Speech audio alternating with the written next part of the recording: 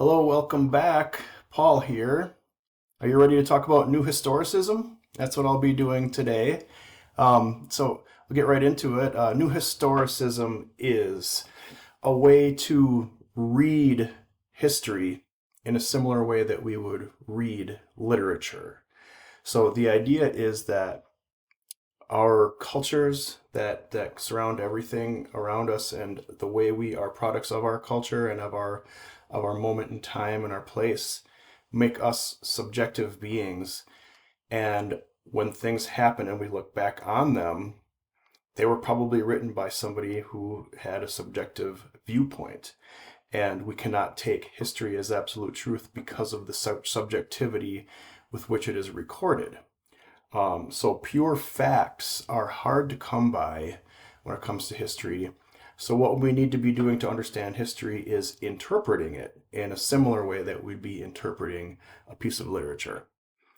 So applying this as a critical lens to read literature with, you can imagine, brings a lot of really rich opportunities to have insight about things.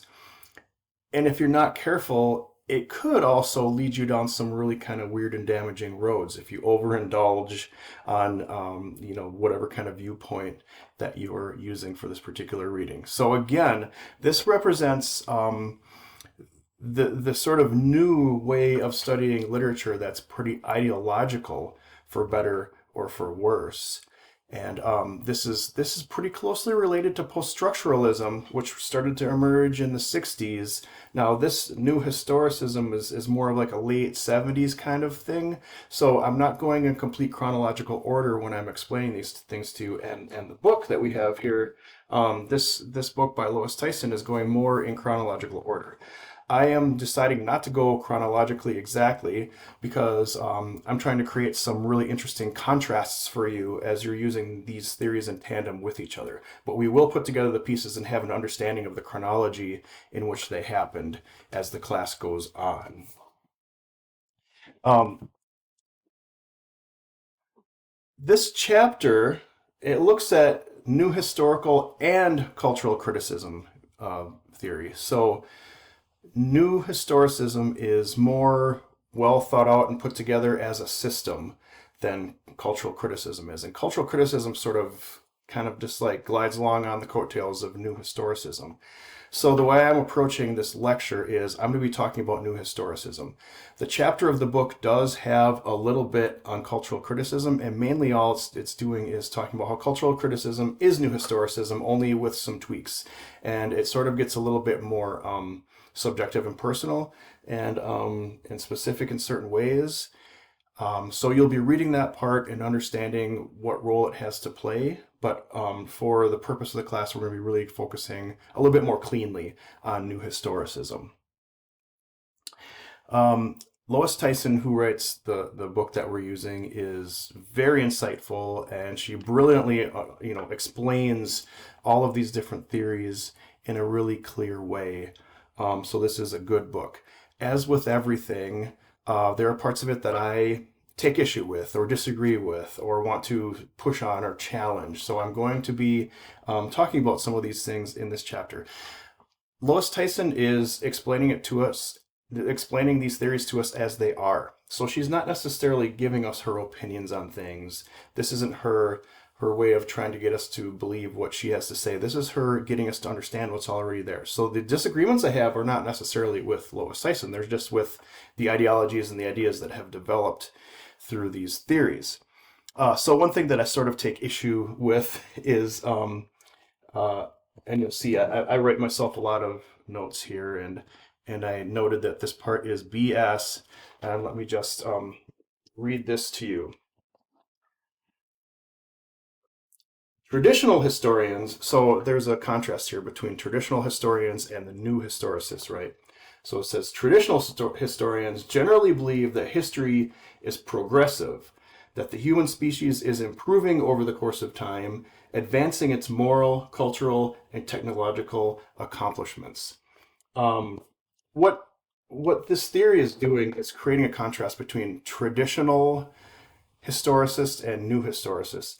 And I think it's giving absolutely no credit to what it means to be a historian. And I can tell you, I do know some historians, and they do not think this way. They don't think that history is just linear and that it's just about a bunch of facts and that the human species is getting more advanced and more complex and smarter. That's not what historians think.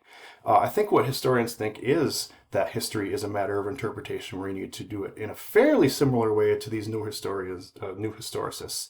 Um, However, I'm going to just set that disagreement I have aside. I just wanted to note it because I don't think that historians should be quite as degraded as they are in this theory, because historians are smart people who really do think forwardly about things.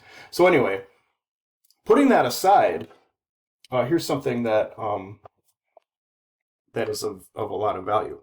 So traditional historians ask. So let's forget about traditional historians. Let's just say here's a thing that could be asked about history, right?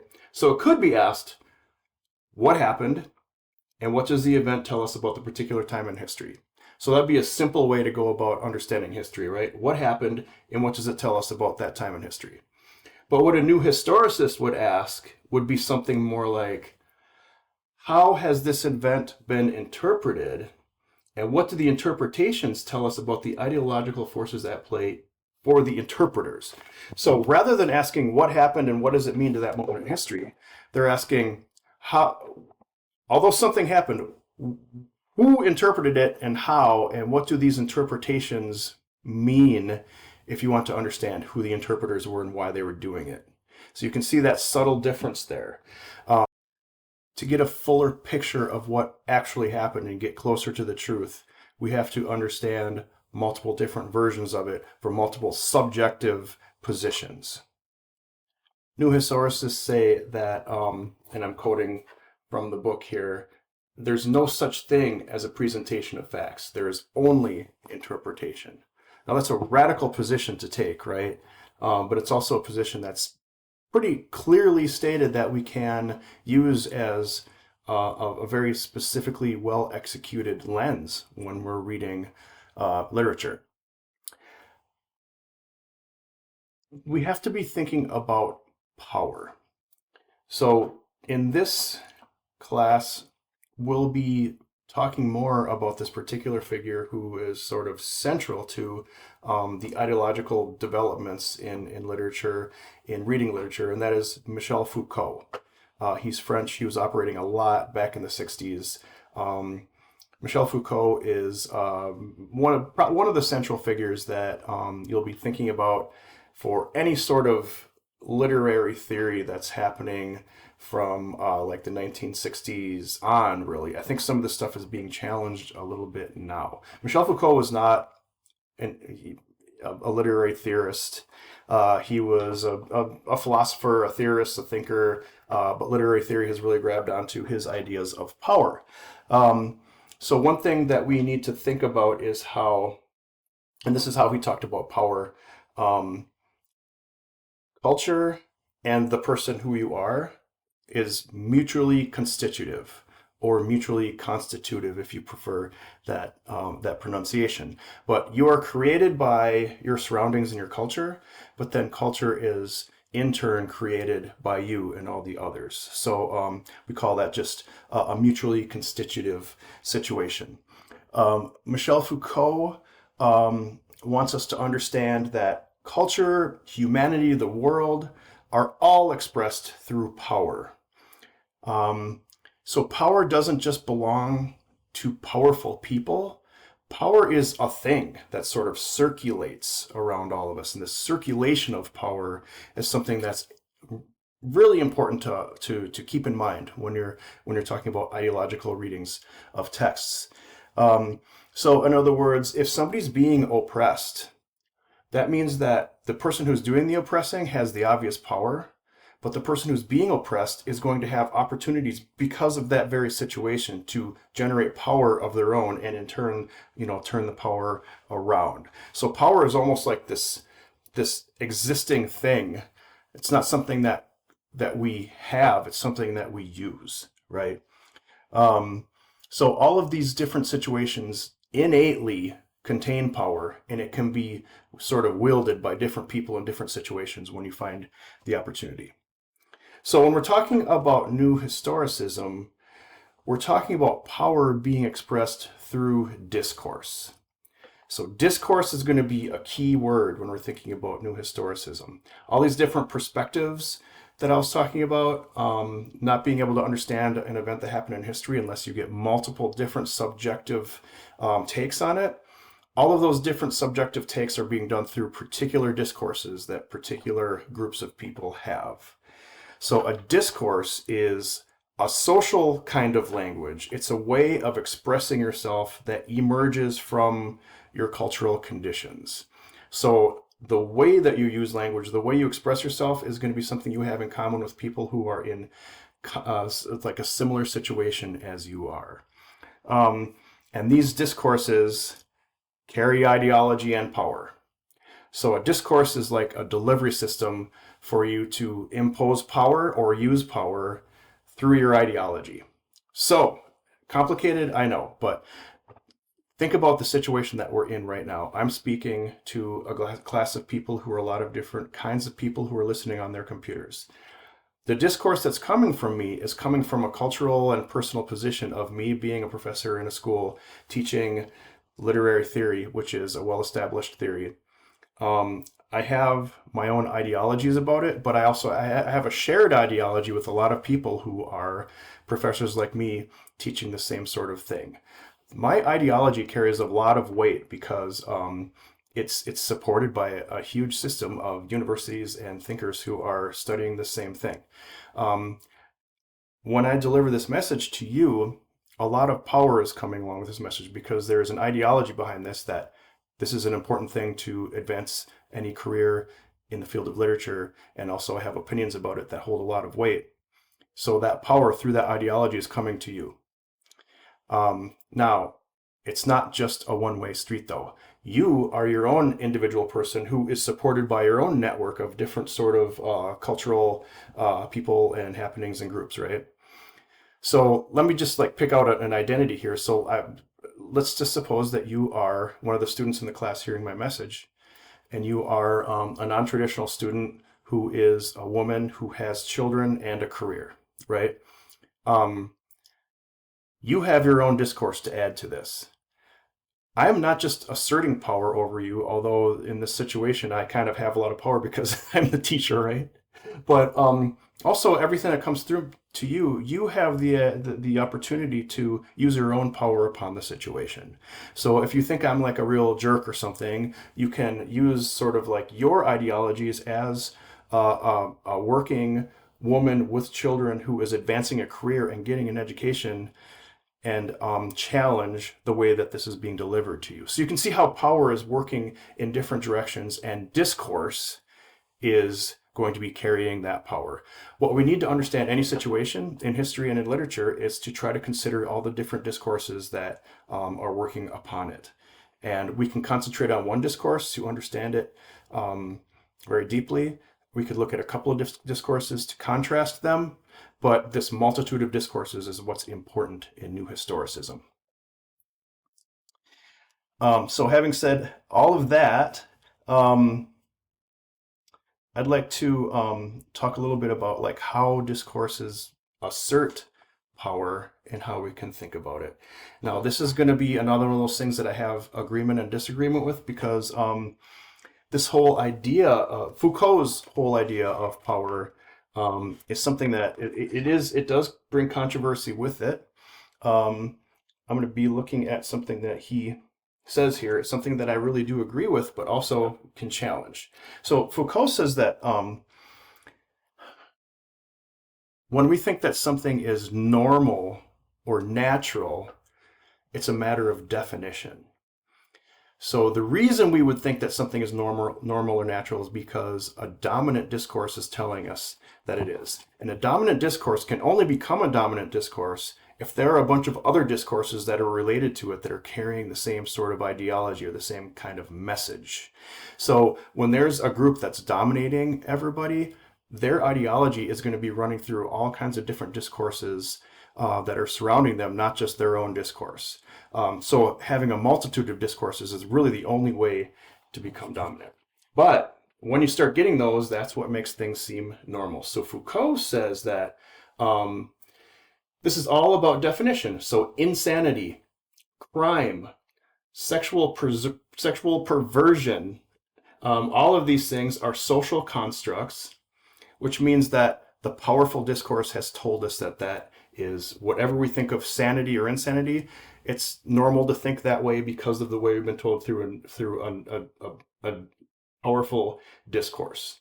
Now, I think I can agree with that, right? So you've got different like take queerness, right? Throughout history, there have been multiple times when there have been multiple different ways that society has looked at that. Sometimes it has been something you could be executed for, and other times it has been something that was just very normal and expected. So there is a certain amount of definitional stuff there, but Foucault takes this really far, and he kind of ignores the idea of good and bad or right and wrong, which I would like to, kind of keep in my sights. But he says that incest, things like incest and cannibalism, are only bad in our society because of the definition that we've had it. It's only definitional. I think that Foucault he's been challenged on this, and I think that you could say that things like incest and cannibalism have happened, and there have been some states of approval, right? But I don't think it's ever been something that, as a large, broad, organized society, we have approved of. There have been circumstances of it where people have said, okay, I understand that. But this sweeping sort of observation he's making, I would say, is challengeable, right? The same thing with even like queerness or LGBTQ issues. I think that when you stop and you search like in your heart about what's right and wrong, it's never right or normal to execute somebody for it. Those were anomaly, or those were there's a different quality to it than saying it's purely definitional and completely amoral, right? I think that there's a lot to challenge there. And I think that this is a really interesting, fascinating sort of thought process that you can go through as you're reading and think about what can I challenge here and what does this really mean? Now, this is a theoretical lens. So this is, in some sense, this is okay to think this way because we're doing a very narrow reading of something and seeing what we can discover. That doesn't mean you have to live your life that way. And I think that's a mistake that a lot of people make with critical theory. So complications, right? It's really cool, but we have to be really careful to keep our own senses about us when we're doing this. All right, we have next here. So you can see how there's the potential of good and evil when you're using methods like this. And the biggest thing I can say is this is really fun when you use it as a tool for reading and discover things with it. If you start to take these ideologies or these critical theories really seriously and try to apply them as like life lessons or the way you live your life, you're missing the point of what these critical theories are about.